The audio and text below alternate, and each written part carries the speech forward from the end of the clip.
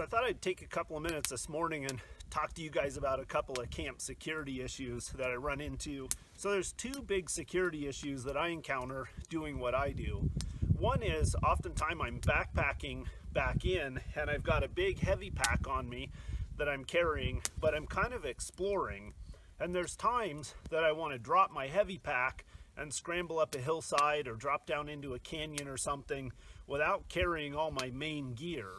So the security issue that I have with that is I'm always concerned that somebody may stumble across my pack, take off with it, and then all of my main supplies, all of my critical supplies for the trip are gone.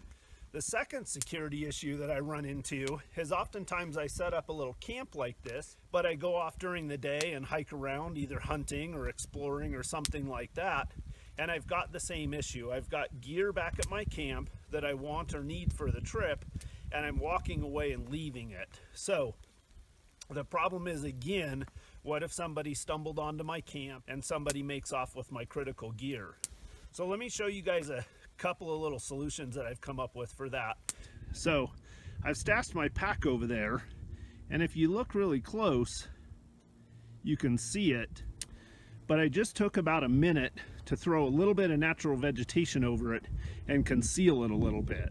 And it's just enough to break it up so that there's no man-made looking outlines from a distance, and it blends in nicely with that log that I stashed it under. So I found this unique little product and I've incorporated into a couple of my outdoor backcountry security measures, and let me show you guys how I did that. So first, the backpack security piece. So let me show you guys what happens here. And basically how the device works is when the two pieces are pulled apart, that's what trips the alarm. So I just leave mine set up by attaching a piece of bank line to the large portion and then just leaving the carabiner that came with it attached to the small end. So to set the sound grenade alarm, I'll take the small end of my noose and I'll usually just wrap it around a little stick like this, and then I'll just clip the other end in someplace to the backpack that's going to be kind of out of sight. So I'll just clip that carabiner into a little strap, and now if someone grabs the backpack to remove it, it trips the alarm. So when it comes to camp security, I'll set up a little tripwire. Now I used a little larger bank line for this, so hopefully you guys could see it. But the critical elements are disguising as much as possible the tripwire, number one, and number two, setting up the tripwire in a place that it's logical for people to walk. When you look at the overall camp layout, this is the side that it's logical to walk in from. Now also notice down here, I've disguised my alarm in there. Just put a little bit of concealment on it so it's not easy to see from a distance.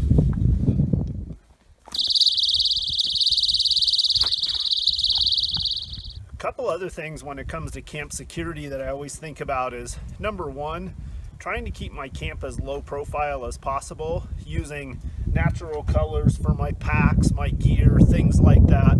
Things that don't stand out for a long ways. And then also keeping a pretty low signature to the improvements of my camp. Obviously this one you can tell was set up by man. However, I'm using all natural materials, and from a distance it doesn't really stand out that much.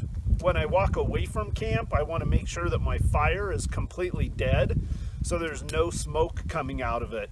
In this country, you can smell wood smoke for a long ways, and also smoke is visible for a long ways. So keeping your fire completely out when you leave camp, to me, is a really important thing to do. So when it comes to camp security and just general backcountry security, I like to use a little personal alarm system like the sound grenade, and then a combination of concealment, keeping my gear all low profile. When I walk away from my pack, making sure to conceal it a little bit. And then also from time to time, if I'm in an area where there's more people, I might set up a tripwire or something around my camp. Now, Todd Stone from Central Oregon Survival Network's also been messing around with the sound grenade a little bit, using it in some different security applications. So you might check out his channel, Central Oregon Survival Network, for some more ideas on how to use this. Hope you guys enjoyed, and I'll catch you on the next one.